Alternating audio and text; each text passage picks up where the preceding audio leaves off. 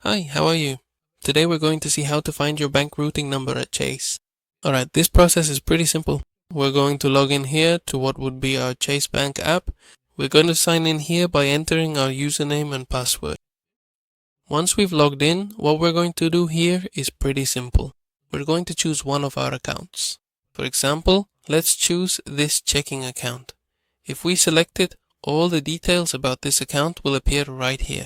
What we're going to do right now is simply tap this particular button that clearly says show details, or in Spanish, mostrar detalles.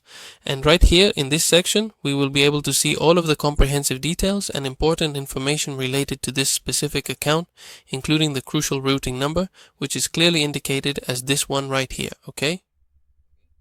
This number, this is the routing number. So you can certainly utilize it to effectively receive financial transfers and all of those related transactions. If this video helped you, please comment and subscribe.